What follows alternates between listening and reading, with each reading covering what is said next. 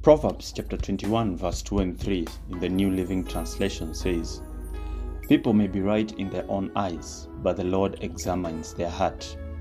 The Lord is more pleased when we do what is right and just than when we offer Him sacrifices."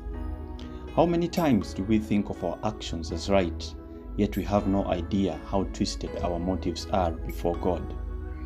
Today, as I prayed, this message came up to me, and I did not hesitate to share it with you. When you're dressed to whatever place you're going, but let's take the example of a church for the sake of this video. What is the motive behind your dressing? Whether you're expensively dressed or cheaply dressed, why are you dressed so? Are you expensively dressed and beautifully dressed all for the glory of God? Or are you dressed for publicity in church? Are you genuinely dressed cheaply because you do not want to show off? Or are you seeking attention and sympathy in your cheap dressing? If you would afford the expensive clothing, would you still dress up cheap? Remember, God judges your motives and not your actions. Why do you sing the way you sing in the praise team? Are you really hyper for God? Or is it the attention you're seeking? Are your tears really genuine before God? Or is your heart so far away from Him? God does not look at your actions. He looks at the motives behind your actions. You might sing the best songs and cheer up the congregation, but remember, that is not what impresses God. Your motives have to be right.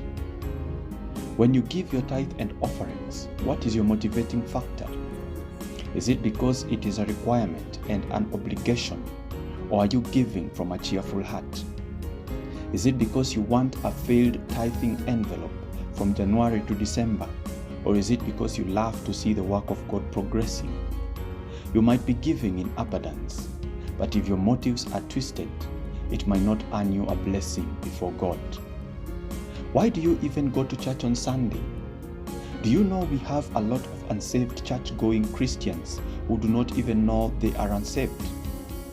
Going to church regularly on Sunday does not earn you a ticket to heaven. Your heart does. How many are in church because they cannot afford the cost of clubbing? How many are in church because of strict parenthood and regulations at home? How many are in church because they think it is the best place to get a marriage partner? How many are in church because of a pastor who tickles their ears and preaches what they want to hear? How many are in church just to show off their expensive lifestyles? How many are in church just fighting for leadership and power and the control of local assemblies? How many are in church just for the sake of it, thinking they can bribe God through their efforts? Remember, brethren, the word says, we should not give up the meeting together, but let your heart be right before God when you meet together on Sunday. Remember in 1 Corinthians chapter 10 and verse 31, the Bible says, "Therefore, whether you eat or drink, or whatever you do all to the glory of God." Have you ever asked yourself who Jesus referred to when He said in Matthew chapter 7 verse 21 and 23, "Not everyone who says to me, 'Lord, Lord,' shall enter the kingdom of heaven, but he who does the will of my Father in heaven. Many will say to me in that day, 'Lord, Lord, have we not prophesied in your name, cast out demons in your name, and done many wonders in your name?' And then I will declare to them, 'I never knew you. Depart from me, you who practice lawlessness.'" Dear Christian, live in such a way that your heart and motives are really right with God and not just for publicity. God bless you.